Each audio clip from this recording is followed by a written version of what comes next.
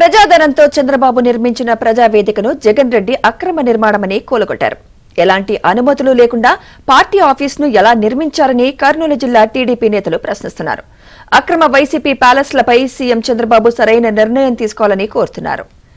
ఇక ఇదే అంశానికి సంబంధించి మరింత సమాచారం మా ప్రతినిధి సుంకర్ణ అందిస్తారు. నిబంధనలను తుంగలో తొక్కి నగరం నడిబొడ్డున వైసీపీ ప్రభుత్వం పార్టీ కార్యాలయాన్ని నిర్మిస్తోంది.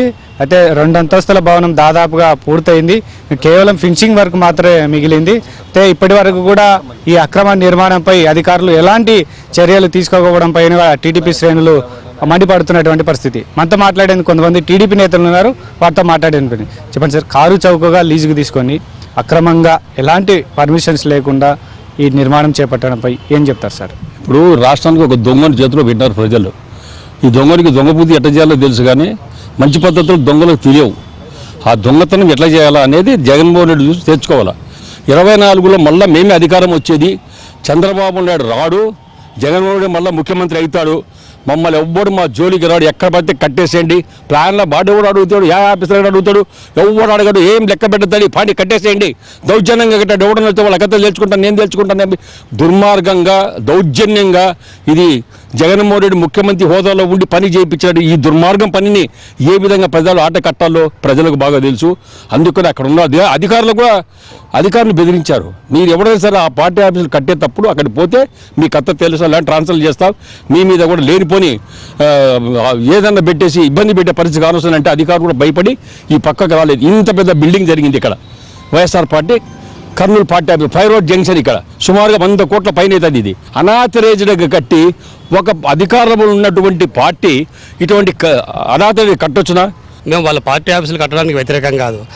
పద్ధతి ప్రకారంగా ప్లాన్ అప్రూవల్ తీసుకొని లీజులు కరెక్ట్ చేసుకొని ఈ విధంగా చేసుకుంటే మాకు ఇబ్బంది లేదు. దౌర్జన్యంగా దోపిడీ చేసి ఈ స్థలం యాక్చువల్గా వేరే వాళ్ళకి లీజుకుంది, వాళ్ళని భయపడిచి తీసుకోవడం, ఇట్లనే రాష్ట్రంలో 26 జిల్లాలో వైఎస్ఆర్సీపీ పార్టీ ఆఫీసులన్నీ కూడా ఒక పద్ధతిగా లేవు, సక్రమంగా లేనటువంటివి పూలగొట్టవచ్చు అని చెప్పేసి ముఖ్యమంత్రి గారు అసెంబ్లీలో కూడా చెప్పడం జరిగింది. అంటే వైఎస్ ముఖ్యమంత్రిగా ఉన్నప్పుడు జగన్మోహన్ రెడ్డి.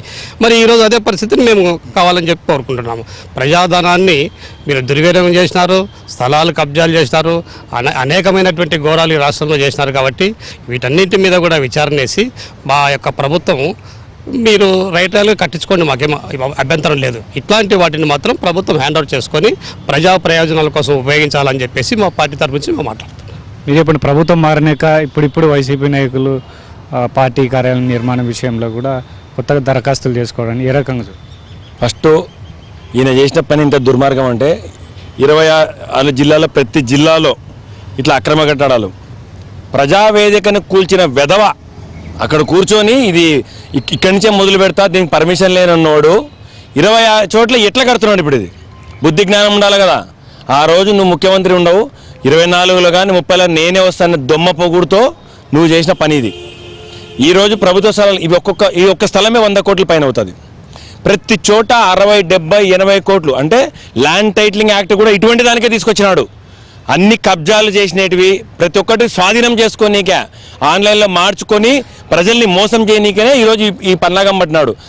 డిపార్ట్మెంట్ ఏం చేస్తుందంటే ఒక చిన్న కట్టుబడి చేస్తుంటే దాన్ని పగలగొట్టండి, దీన్ని పగలగొట్టి రోజు నోటీసులు ఇస్తున్నారు. మరి ఇంత పెద్ద కట్టుబడి కనపడడం లేదా మీకు? చంద్రబాబు నాయుడు గారు దీన్ని సీరియస్గా తీసుకోవాలా, లోకేష్ బాబు గారు సీరియస్ తీసుకోవాలా, లోకల్ మంత్రులు అందరూ సీరియస్గా తీసుకోవాలి. ఈరోజు ఇటువంటి అక్రమ కట్టాలను కూల్చివేయాలని చూస్తూ ఉన్నారు. ఆయన చేసిన అక్రమాలు చాలా ఘోరంగా ఉన్నాయి.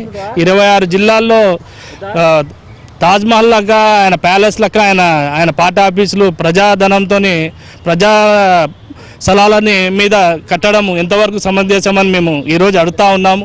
మొత్తం మీద రైల్వే కూడలిలో నిర్మిస్తున్నటువంటి వైసీపీ కార్యాలయం ముమ్మాటికి అక్రమంగా నిర్మిస్తున్నారు. కాబట్టి ఇప్పటికైనా అధికారులు స్పందించి వీటిని సీజ్ చేయాలి. మరోవైపు ముఖ్యమంత్రి చంద్రబాబు కూడా ఇలాంటి అక్రమ నిర్మాణాలపైన సీరియస్గా స్పందించి కూల్చివేయాలా, లేకుంటే ప్రజా ప్రయోజనాలకు ఉపయోగపడేలా చేసేలా చర్యలు తీసుకోవాలని కూడా కర్నూలు జిల్లా టీడీపీ నేతలు ప్రధానంగా డిమాండ్ చేస్తున్నారు.